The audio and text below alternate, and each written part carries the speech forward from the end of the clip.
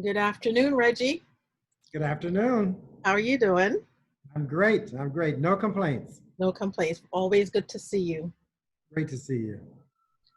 Thank you so much for agreeing to participate in this interview about engagement as it pertains to, you know, how you engage your teams at work. I'm going to ask you a series of 5 questions. As you think about, take your time in terms of how you respond, and then I'll stop the recording. Okay. Okay. So if you can just, introduce yourself to my class. I'm at the Cornell University Diversity and Inclusion Training Program. So if you want to introduce yourself, I'd welcome you to do that. Good. Well, I'm Reggie Van Lee. I'm the Chief Transformation Officer for the Carlyle Group. After 3 years of retirement, I came to this position. Before that, I was 32 years at Booz Allen Hamilton, retired as a senior partner and executive vice president. Thank you. Thank you, Reggie. So the first of the 5 questions is, Reggie, how do you foster an emotional connection within your team? Well, it's sort of easy for me because I find people interesting and I am sort of intellectually curious. So I'm always trying to understand what makes people tick, what excites them, what buttons to push to provoke the best out of them, for them to identify and reach their potential. I'm interested in helping people reach their potential. So that pursuit of that puzzle is always something that allows me to connect with people in some form or fashion. And I've learned that even people who seem orthogonal to my views on life, there's something interesting and something connecting about every person to me. And so in pursuit of that, it allows me to make that connection with people. That's amazing. And I know that to be true because of how we met through my daughter Chanel, and how you became a mentor to her. And you've been a mentor to many people over the years. And you've been a mentor to me too. So I know that to be true, in how you're genuinely concerned and curious about who people are and what makes them tick and what excites them. So that makes And it's interesting because people think that's selfless of me, but actually it's selfish of me because I get a lot out of it myself. I enjoy interacting with people. I find people interesting. So for me to get into your head and to connect to you in some sort of way and to try to be helpful to you is something I get great pleasure out of. So I don't see it as a chore. It's not difficult for me to do it. I enjoy it. So I just wanted to make clear that people think that's so wonderful of me, but it really is selfish of me because it adds value back to me. Years ago, I had a certain mentality because of how I was raised. I was raised to think that being selfish was a negative thing, it was a bad thing. And in so doing, I became selfless and essentially gave myself away to the point of giving too much of myself away. And what I realized, that that's not a healthy way to think. It's not a healthy way to be, because if you don't have the oxygen mask on yourself, there's no way that you can help other people. So I was going to say that analogy, that airplane analogy is so clear that clearly you have to take care of you first. That doesn't mean take care of you only, but it does mean take care of you first. And if you don't have your act together, if you're not correct, if you're not solid, if you don't have the foundation, it's very difficult for you to be helpful to others. But once you get yourself together, then I think you have an obligation to help others get themselves together. And I got myself together through somebody helping me. And so I like to reciprocate and do that with the next person. awesome. I've never asked you that question. Who was that person who actually helped you so that you could get yourself together? I've had so many people that have helped me. Some may not even know it because I just observe them from a distance. But it may sound trite, but my first true mentors, and my mentors until the day they died, were my parents, both of my parents. I learned so much from them. They had so much insight, and I was really blessed to have parents who were good people and wanted to be helpful to others and wanted to make their children the best that their children could be. Not something my parents wanted me to be, but the best that I could be myself. So that notion of how you give and interact and mentor someone was something I first picked up from my parents. That's a blessing indeed. Yeah. So the next question is, how do you foster trust? Trust has to be earned. And so you have to do something to show that you are trustworthy. Oftentimes you have to step out and show that you went the distance for someone, that you did something that wasn't necessarily in your best interest, but was in their best interest for people to see that. And so some people will give you trust and then discover whether you're trustworthy or not. Most people, are very guarded and hold that to themselves until you prove in some sort of way that you earn their trust. So I just try to be trustworthy, and then hopefully people are attracted to that. I try to do the right thing. I wouldn't say one thing to you in front of you and say something behind your back different. And you know me. I I mean, I know. am harsher to people in their faces about them and kinder behind their back as opposed to the other way around. And that makes people know that when you say something, you mean it. And it's not sufficient for me to um, be trustworthy with you, but you see me being not trustworthy with someone else, which means I'm capable of being untrustworthy with you as well. That's So I try exactly to right. be the same way with everyone all the time, and to garner trust that way. How did you how did you foster that trust when you were at Booz Allen, and how do you do it now at the Carlyle Group? In the way I interact with people, I'm honest with people. I'm trying to be helpful. If I give criticism, I try to make it constructive. And I try to show that I'm like a parent should be constructively critical of a child. I try to do that with people so they see that my intentions at the end of the day are good intentions, but there's an honesty, there's an intellectual honesty that I try to exhibit. And that's the thing that I find most helpful in people as far as core values, to have an intellectual honesty about yourself. Right? Just plain and simple. It's really just that simple. So what I try to do with people is to do that. When people can feel that, people can sense when something is genuine versus when something is manufactured. And certainly they're looking at not only how you talk and treat them, but how you talk to and treat others. And if you have the same way to everybody all the time, even if you're mean all the time, I know, okay, this is just a Yeah. person. As opposed to you're nice sometimes, you're mean other times. Then they say, well, this person can't be trusted because they are different people at different times. They're chameleon. And I'm not a chameleon. One, I find it, once again, in my spirit of being selfish, I find it too much work to lie and then remember what lie did I tell and Yeah. behave that way with you and behave that way with someone else. That's too much energy for me. So I'm just the same always. And those who want to attract themselves to me can, and those that don't, fine. So what I'm hearing you say is consistency is key, Exactly. and transparency is also key. And that the foundation for that should be intellectual honesty. I love that. Which is interesting because I'm looking over your shoulder, and I believe that's a picture of Bill Clinton. Yes, yes, He's giving a speech, and yes. I was watching a documentary about him yesterday, as a matter of fact. How interesting is that? But I know that that's something that he had to learn the hard way, was Exactly. to be honest, in Exactly. spite of the consequences. Exactly. And it's funny because, I mean, who knows for sure, but I think that if he had just answered the question honestly, when they asked, did you have an affair, whatever, of course, his wife would have been upset with him and others, but that intellectual honesty takes you far. And people are very forgiving when they feel you're being honest, right? And he certainly would not have perjured himself. He wouldn't have created the crime that he was impeached by the House on. And so I found, as hard as it might be to tell the truth, you're better off to tell the truth. That I've seen. Now, that having been said, he is also one of my mentors. And what I learned from him is when you're talking with someone, to be engaged with that person. I mean, to look them in the eyes, to really be in the conversation with them. And you can be in a room with thousands of people, but if he's talking to you, you feel like there's no one else in the room. That's And right. that's the way I try to make people feel as well, that they really have my attention and my interest, and that I am there with them. I haven't moved on to the next person. And I know that to be true also. And how do I know that to be true? Not only on the very first day that we met, when I came to Booz Allen for that nonprofit event that you were hosting, and Chanel invited me as her guest, but I do remember feeling like I had your undivided attention. Your body language said it, your eyes said it, your language, what conversation said it. And then again, when we saw each other at the launch party. And I have pictures of us together as we were engaged in conversation. And I just remember being just captivated by a conversation. And I felt protected, and I felt safe. Yes. Well, that's what I want people to feel.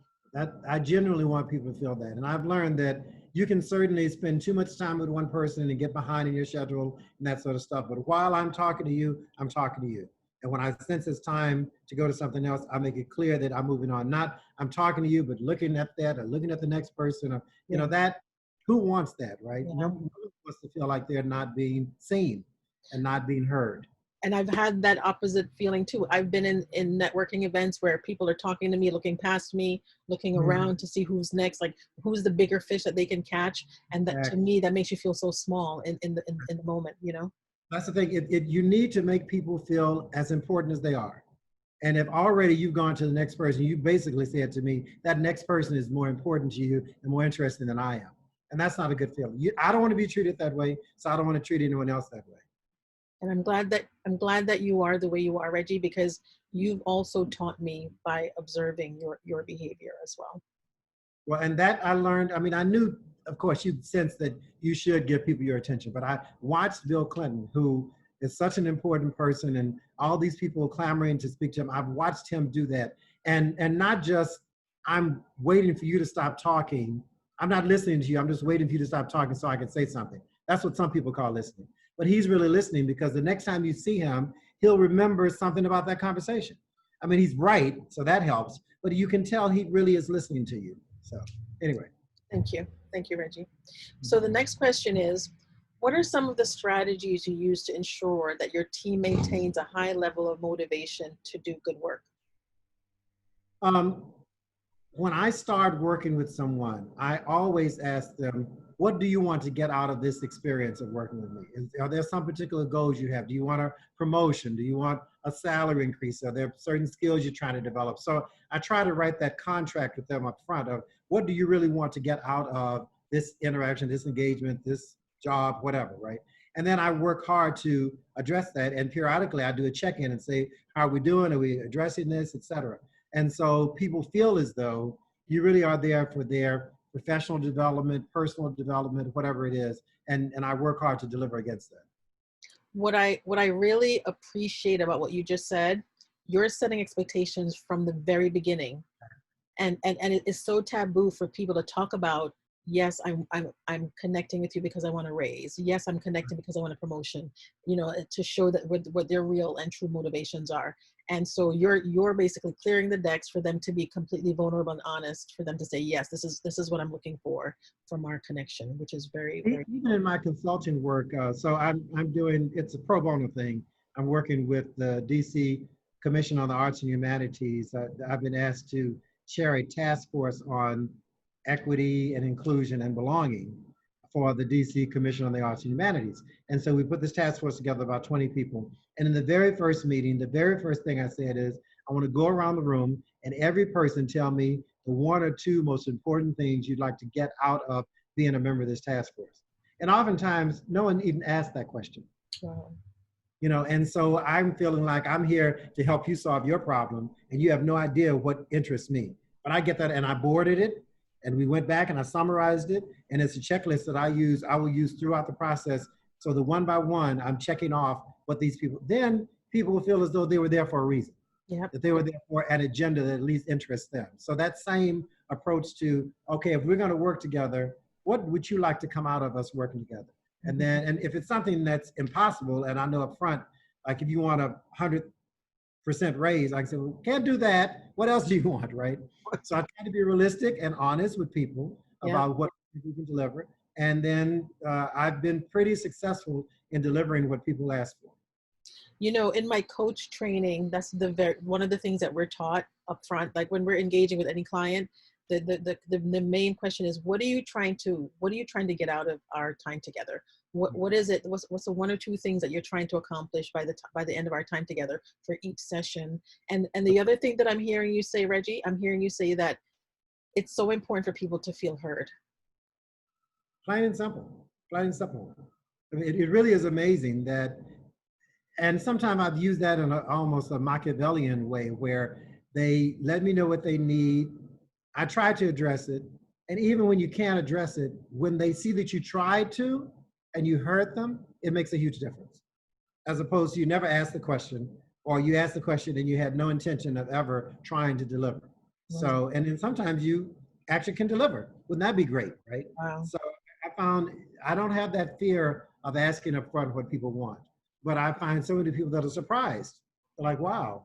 And then as we're delivering, they're like, wow, he really heard me, and it's actually happening, right? Yeah. You know, the other thing I'm hearing you say, it's really important for people to be seen as well. Yeah. Oh yeah. Oh yeah. And it doesn't matter where people are in terms of the food chain. It doesn't matter whether or not they're, you know, they're a king, queen, congressman, CEO, whatever their title is. And the other thing I remember about you, Reggie, and this is something that I practice as well, is that you make sure no matter where you are, that the cleaning person, the security guard, that everybody that you come across knows that they're important. Can you talk to me about that as well, Reggie, and what motivated you to have that type of approach with people? Well, part of it is, you know, I started off a junior person, lower on the rungs and all that sort of stuff. And I knew what it felt like when I'm treated important versus when I'm treated unimportant. I've also seen when the seemingly unimportant people are actually quite important. Well, look, as we go through this pandemic, these essential workers, before that, they weren't treated essential. They aren't paid essential, but we have discovered what's really important. So I don't want to be caught out mistreating someone who later I discover, oh, wow, I should have given them more attention because they can help me out. And through my career, especially at Booz Allen, I've been saved so many times by secretaries, by security guards, by the maid service people. I know once I was in California doing an engagement and I needed to get a document in my New York office, and it was after hours in New York, and I couldn't reach anybody on the phone, but we had security on each of the floors at the front desk. So I got the security guy, and because I bothered to speak to him and treat him like a person for a year, when I said, could you go into my office, get this and fax it to me? Because he could have easily said, yeah, that's not my job. I'm sorry, I can't do that, right? Okay. But he said, yeah, I'm happy to help you, you know. I've also seen situations where the promotions of an associate or a senior associate like myself depended largely on what the secretary of the senior partner thought about me. The Wow. senior partner would say, Reggie's up for promotion. Betty, what do you think about Reggie? And if Reggie was a jerk, she'll say that. And if Reggie was a good guy, she'll say good things, right? So you never really know where your blessings are going to come from. And so the safest thing is to treat everybody fairly and with importance. And it's the way you'd want to be treated. So it's really quite simple. It's that golden rule. That's Treat people right. That's and right. take the time for that. And then I also find all sorts of people interesting. So I've discovered some very interesting people that you perhaps would have thought were not going to be interesting. And they were very interesting. All I have to say is it to that is amen.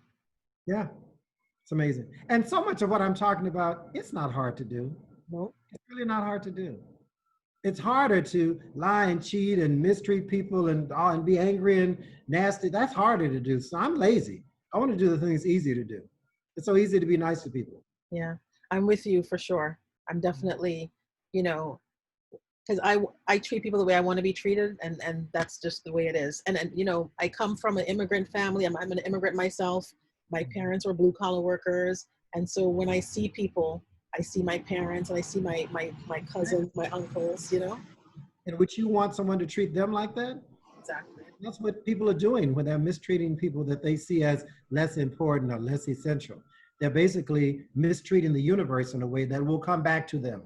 I mean, I'm a firm believer in, you know, I put things out in the universe, it comes back to you. And oftentimes when my friends or my husband will say, you know, why are you so nice to that person? Why did you do that? Why did you do good? They're no good. I said, the universe will take care of that.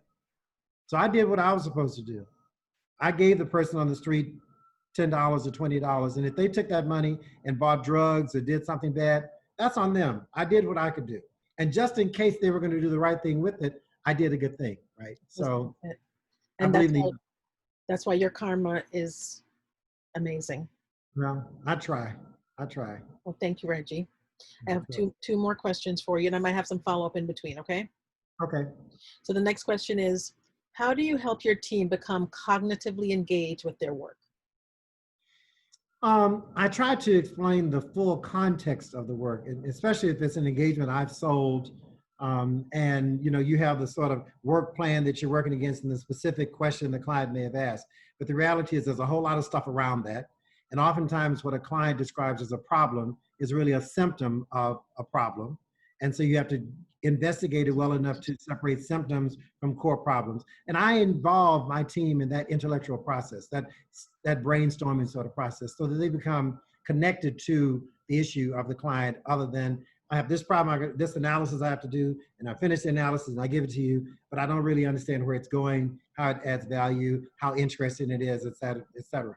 So I try to do a lot of brainstorming and bring my teams into the content of the work. And I try to do training with them around what framework do you think about to use, who are the options of frameworks, where do you get the data, how do you make sure you have integrity around the data, all this sort of stuff that creates a solution.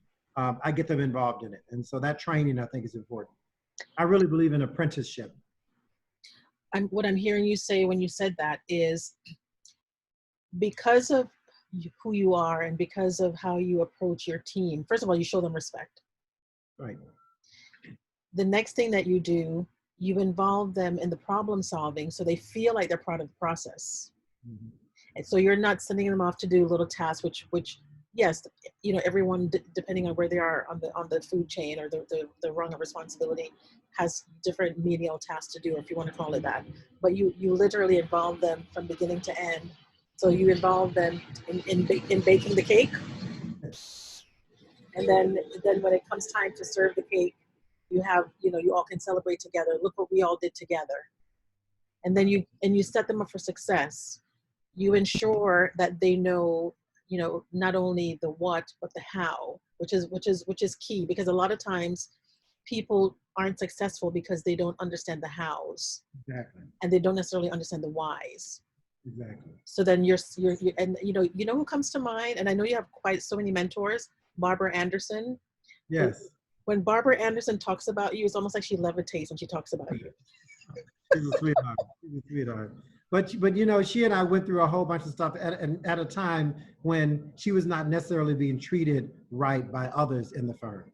And I gave her the time and energy to treat her right. And she blossomed. So it was always there. So I think it's incumbent upon leadership to find the potential in people and help them realize it, not just to pound flesh out of people, however you can get it out of them, right? And so if you invest that time and energy and interest in people, what you get out of it can be just so phenomenal. And Barbara's an example. She's amazing. She's amazing. The student has surpassed the teacher. Wow, look at that. That's a good sign that was an amazing teacher to begin with. Exactly. Exactly. Thank you. Yeah. Every time I think about her and every time I talk to her, and when, I don't know, there's the energy that she exhibits, the kindness, the intellectual thought and capacity. Like, you know, she's one of the smartest people I know. And, you know, she's amazing and always willing to help. And, you know, we haven't really worked together recently, but during the time that we have worked together and whatever it is I might bring to her, she's always there and available. So thank you for mentoring Barbara. No, thank her. I mean, you know, so what I've, once again, being selfish, I learn from my mentees. I don't just give to my mentees, I get from my mentees as well, but I have to have the mindset that I can get something from a mentee. If I'm so arrogant and so pompous to think, oh, I'm going to impart wisdom to them, there's nothing they can teach me, then you don't learn. But there's so much I learned from my mentees, and I try to make it just a reciprocating experience. Wow, I can see that. Thank you. So we're up to our last question, and there might be one follow-up after that. The last question is, are there steps you take to help ensure that the members of your team don't get burnt out? I mean, what I find is that people can tell you people can show you, if not tell you, when they're getting to a point of burnout. And if you're interested in the person and interested in helping them reach their potential, you'll be less interested in just, let me just get out of you what I can get out of you, right? And people give you so many signals along the way when they're moving towards burnout. I have a tendency to either sense it, or I'll just ask the question, how's the engagement going for you? Are you getting out of it what you need? Am I giving you enough direction? Am I giving you too much work? Do you have time to get done? You know, I've asked those questions and tried to make it clear that it is riskless for them to say, I'm about to be burned out. Oftentimes people won't say that because they're afraid that that's going to be the end of their career, but they just have to take it anyway. And I grew up in an environment in the early days of management consulting where, you know, you just worked yourself to death. And nobody wanted to hear that you had a life otherwise, or that you were burned out. They didn't want to hear it, right? And excuse me, and I tried to make sure that I asked those questions and I looked for that in the people working with me. And still some people burn out because sometimes, more often than not, it's them, right? It's not the system putting it on, it's them, right? But I try to help people understand we can get the work done and you can still have a life. And I do that by example, because as you know, I still have a life. I Okay. go to the parties, I have the parties, I have a good time, I laugh and joke, we eat well, I go to the theater, that sort of stuff. So it makes them think, well, okay, maybe I can have a life too, right? And that's how I fall back on that when I'm about to get to the point of burnout. You just answered a question for me that I was about to ask you. As you went through your career, as a junior consultant, and obviously you grew through the ranks, and you grew to the level of partner. How, when did you realize that you were getting to the point of burnout, and what strategies did you enact in order to avoid burnout? And did you have the confidence within yourself as a junior person to say, you know what, I'm doing too much, I need to raise my hand? Or what were your strategies that you enacted back then? And what are the strategies that you enact now? I think when I was junior in my first couple of years at Booz Allen, I have to admit that I was not petrified, but I was very nervous that clients paid hundreds of dollars an hour from my work. And I was like, am I worth that? That every time it's a new problem that the client couldn't solve, and they couldn't solve it in 10 years, and they want you to solve it in 3 months. So I was like, oh my God, how can we do this, right? So I went in a little, it wasn't petrified, but a little stymied a little intimidated by the problem before me, right?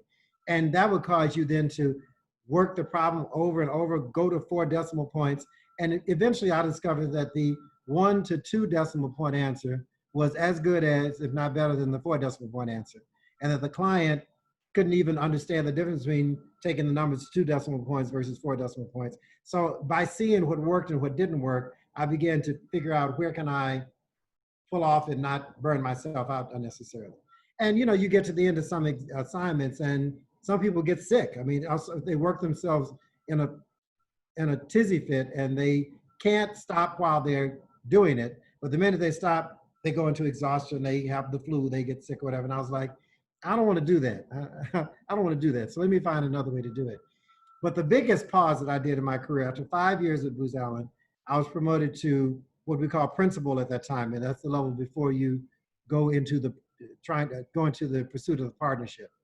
And I said, now if I've seen the other people who are pushing for partner, that's a whole lot of work and energy and concentration and focus and dedication.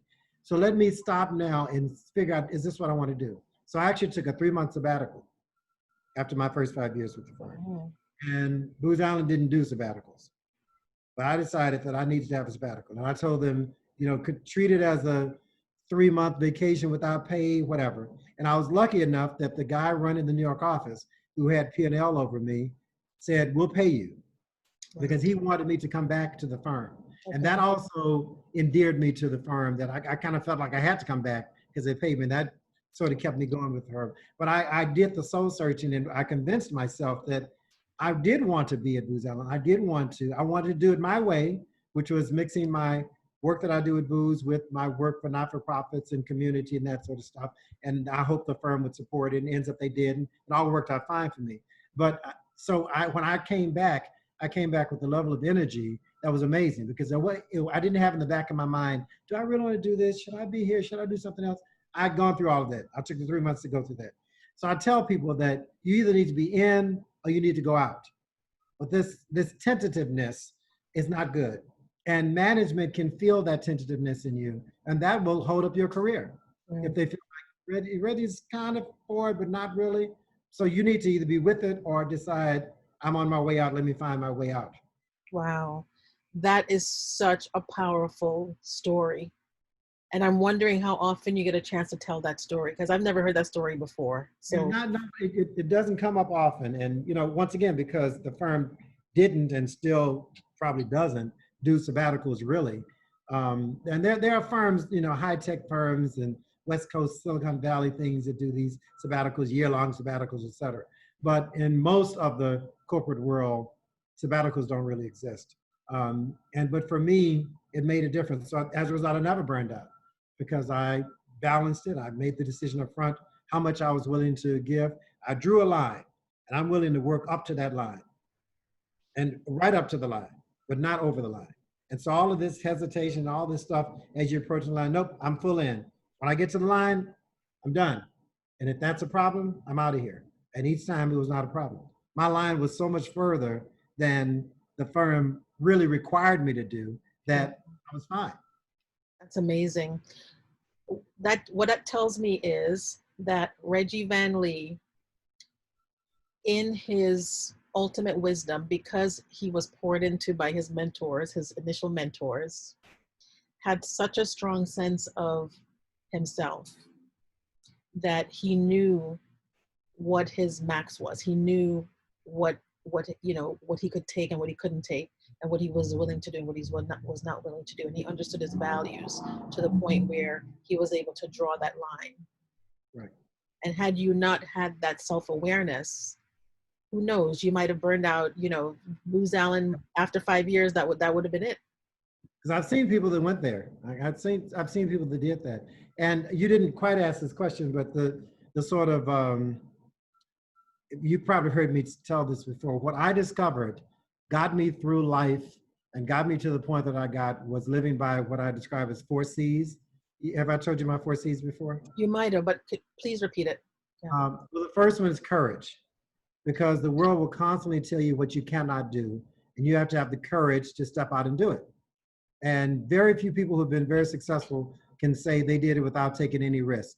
And if you take a risk, you got to have some courage. Now, don't have stupidity, but, and there should be calculated risk. But this notion of courage is really important. And as an African-American man in particular, the playing field was seldom leveled for me. And so I had to be courageous to go after that, which many people would tell me I couldn't do because nobody else had done it that looked like me had done it before. So courage is the first C. The second C is confidence. And the reality is if you have enough confidence, then you don't have to be so courageous. I mean, if the confidence is there, you're not being courageous, just doing something you know you can do. But you have to build your confidence. And you need to surround yourself, not necessarily with people who say yes to you always, but people who are there for your best interest and can tell when you're good, they tell you you're good and they puff you up in that sort of way. And when you need to be fixed, they tell you what needs to be fixed as well. Now, the reality is there are all these haters in the world. And though I don't bring haters into my inner circle, you need haters sometimes to motivate you. And my mother always said, if nobody hates you, then you're not doing enough good stuff, right? Because hate oftentimes is envy.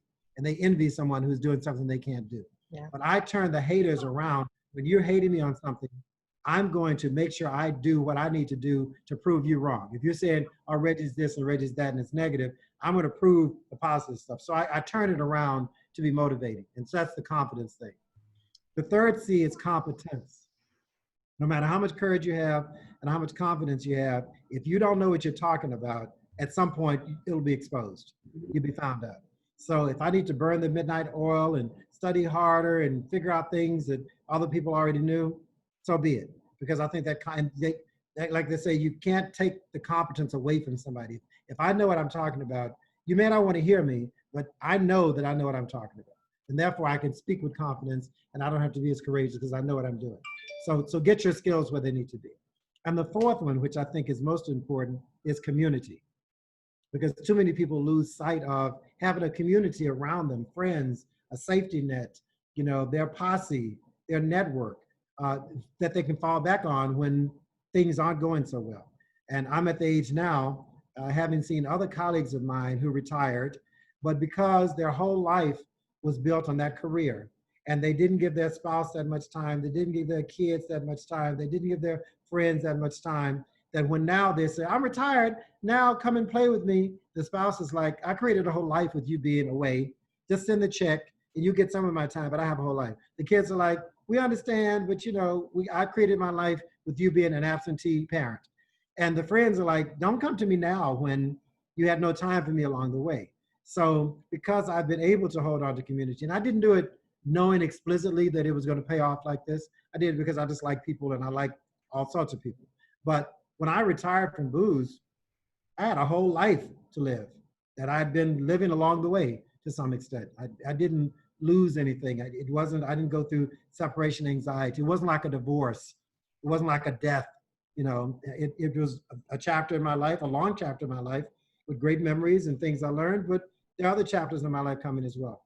So courage, confidence, competence, and community, I think have been the things that have propelled me through life. And I recommend to anyone to make sure you're checking that always, making sure that you're checking against those four. Well, Long answer, sorry. no, this was very good. For me, I'm gonna replay this video over and over, and I hope that everyone who gets a chance to see it takes away from it what I've taken away from it. That you've lived an amazing life. You set an example for many, many people to follow, including myself, and that you're living your best life, and you're still young enough to be able to enjoy the rest of your life and work or not work and do whatever you need to do so that you can fulfill all of the dreams that you set out for yourself. Well, thank you. Thank you. That's very kind of you. And when a person like you, who I respect and who I love, says those sorts of things, it lets me know I did something right, you know? So thank you. Thank you, Reggie. I love you. Thank you. Thank you. And I can't wait to talk to you again and just catch up on other stuff. Yes, whenever you wish. All right, thank you. I'm going to stop the recording. Okay.